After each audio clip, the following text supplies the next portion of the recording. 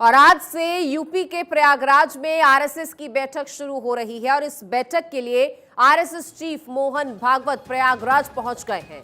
भागवत 19 अक्टूबर तक प्रयागराज में रहेंगे और आज आरएसएस के अखिल भारतीय कार्यकारी मंडल की बैठक में वो हिस्सा लेंगे। आरएसएस की मीटिंग को देखते हुए गोहनिया के सेठ जयपुरिया स्कूल परिसर और उसके आसपास के इलाकों की सुरक्षा काफी बढ़ा दी गई है। राष्ट्रीय स्वयंसेवक संघ की इस बैठक में देश भर के संघ के पदाधिकारी हिस्सा ले रहे हैं। हालांकि संघ के लोग इस पर कुछ भी बोलने से फिलहाल बच रहे हैं। संघ की अखिल भारतीय कार्यकारी मंडल की बैठक में सीएम योगी आदित्यनाथ भी हिस्सा ले सकते हैं।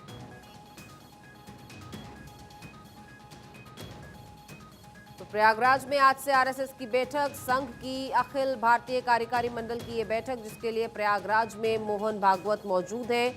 19 अक्टूबर तक प्रयागराज में मोहन भागवत रहेंगे और बैठक में संघ के देश भर के पदाधिकारी पहुंचेंगे और सीएम योगी भी इस बैठक में शामिल हो सकते हैं।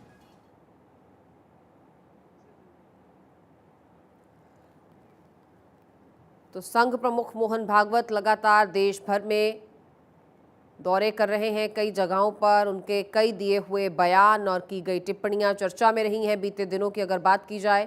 और आज ये बैठक होगी आरएसएस की, यूपी के प्रयागराज में ये बैठक होगी और यहाँ मुख्यमंत्री योगी आदित्यनाथ भी पहुँच सकते हैं और देश भर से बड़े पदाधिकारी संघ के तो पहुँचेंगे ही।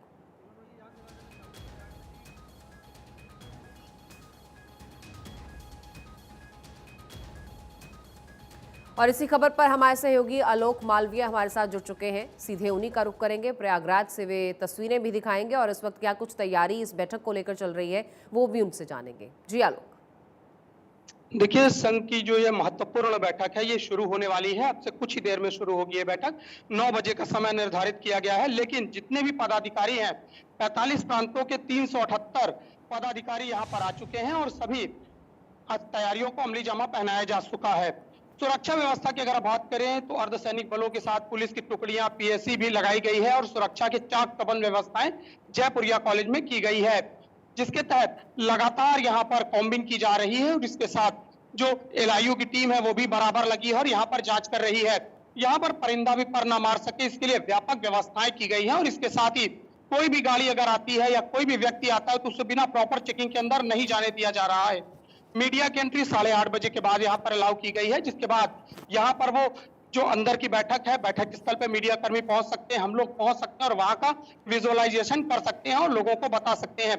प्रमुख रूप से जो मुस्लिम है, ईसाई है या अन्य अल्पसंख्यक समुदाय है, उनसे किस तरह से आरएसएस के कार्यकर्ता संवाद स्थापित करें, किस तरह से सामंजस्य स्थापित करें, इसको लेकर इस बैठक में प्रमुख रूप से चर्चाएं की जाएंगी। इसके साथ ही संघ की जो नीति और रीति है उसे हर घर तक पहुंचाने की योजना बनाई जा रही है, जिसको अमली जामा संघ प्रमुख मोहन भागवत पहुंचाएंगे। इसको लेकर भी कार्य योजना तैयार की जा रही है। संघ के जो बड़े पदाधिकारी हैं वो यहाँ पर पहुंच चुके हैं और यहाँ पर कल से ही डेरा डाले हैं। जो पूरे देश से लोग हैं वो कल यहाँ पर पहुंच चुके हैं। 45 जो प्रांत हैं उसके 378 जो कार्यकर्ता हैं स्वयं सेवक संघ के, वो यहाँ पर पहुंच चुके हैं और अपनी सेवाएं दे रहे हैं।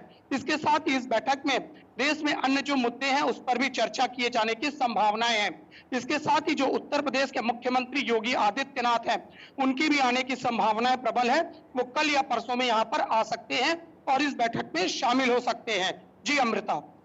बिल्कुल आलोक, हम कई दिनों से देख रहे हैं संघ प्रमुख मोहन भागवत देश भर में कई जगहों पर पहुंच रहे हैं, इस तरह की बैठकें कर रहे हैं और उनके बयान लगातार चर्चा का विषय बने हुए हैं और लगातार सुर्खियां बटोर रहे हैं। तो क्या आज इस बैठक में भी ये कयास लगाए जा रहे हैं कि कुछ इस तरह का बयान सामने आएगा कि एक बार फिर से वो सुर्खियों में छा जाएंगे और एक बार फिर से उनके उस बयान की चर्चा इस तरह से होगी, कोई उसको निंदा करेगा तो कोई उसकी सराहना करता नजर आएगा?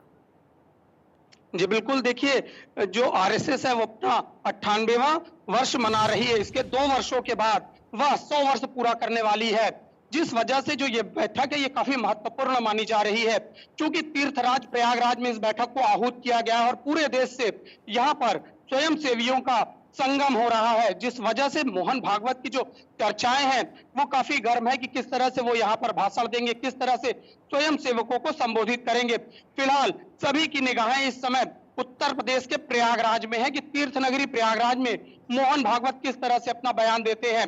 यहाँ पर मोहन भागवत के लिए गायों की व्यवस्थाएं की गई है, चूंकि मोहन भागवत सुबह गायों को चारा डालते हैं और गणेश भगवान की पूजा करते हैं, इसलिए गणेश जी की बड़ी मूर्ति भी यहाँ पर लगाई गई है।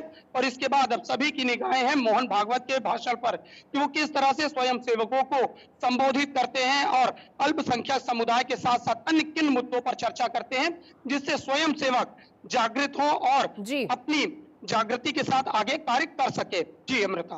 बिल्कुल आलोक, हम चाहेंगे कि अगर मुमकिन है तो तस्वीरें आप जरूर आसपास के परिसर की दिखाएं, क्योंकि इन तस्वीरों के जरिए कुछ अंदाजा जरूर हो सकेगा कि कितना भव्य और कितना बड़ा ये बैठक का लेवल हो सकता है, क्या कुछ वहां पर तैयारियां हैं, क्या कुछ सुरक्षा व्यवस्था है। तस्वीरें आप जरूर दर्शकों को दिखा दीजिए।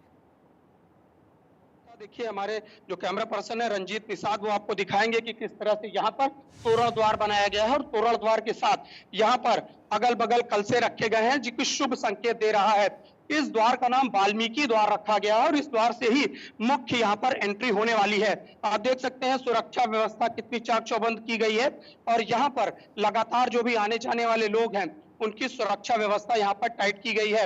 इसके साथ ही परिंदा भी ना पर मार सके इसकी व्यवस्थाएं की गई है। इसके साथ आप देख सकते हैं एलआईयू के लोग भी मौजूद हैं, पुलिस बल की भारी संख्या यहाँ पर लगाई गई। आप देख सकते हैं किस तरह से यहाँ पर चेकिंग की जा रही है, किसी भी व्यक्ति को अंदर जाने से पहले उसकी संपूर्ण चेकिंग की जा रही है, क्योंकि मोहन भागवत अंदर मौजूद है, जिसलिए सुरक्षा की चाक चौबंद व्यवस्थाएं यहाँ पर की गई है।